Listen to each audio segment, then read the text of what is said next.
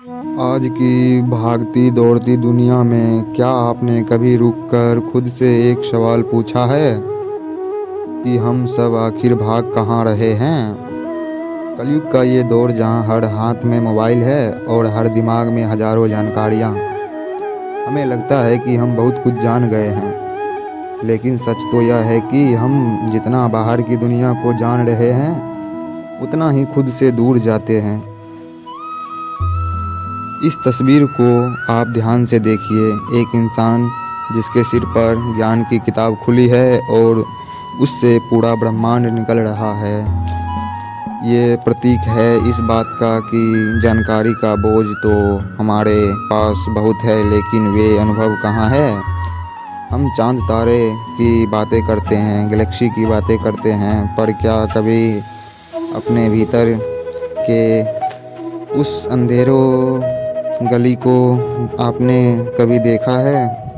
हमारी आंखें बाहर की चकाचौंध को देखने के लिए तो खुली है, पर भीतर की शांति को देखने के लिए बंद है। तस्वीर की दूसरी तरफ देखिए, वे हाथ जो प्रार्थना में जुड़े हैं, वे चेहरा जो असीम शक्ति में डूबा है। कलयुग में अगर निहाल होना है यानी परमानंद को पाना है तो उसका रास्ता बाहर से नहीं आएगा, बल्कि तुम्हारे भीतर से ही आएगा।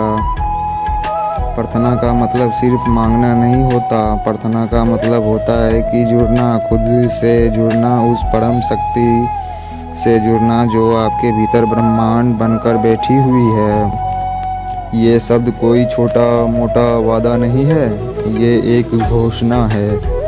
जिस पल आप ये समझ जाते हैं कि आपको खुशी करने वाली चीज़ बाहर कहीं पे नहीं है, उसी पल से आप अपने खुशी को त्याग कर अपने अंदर की खुशी ढूंढने लगते हैं।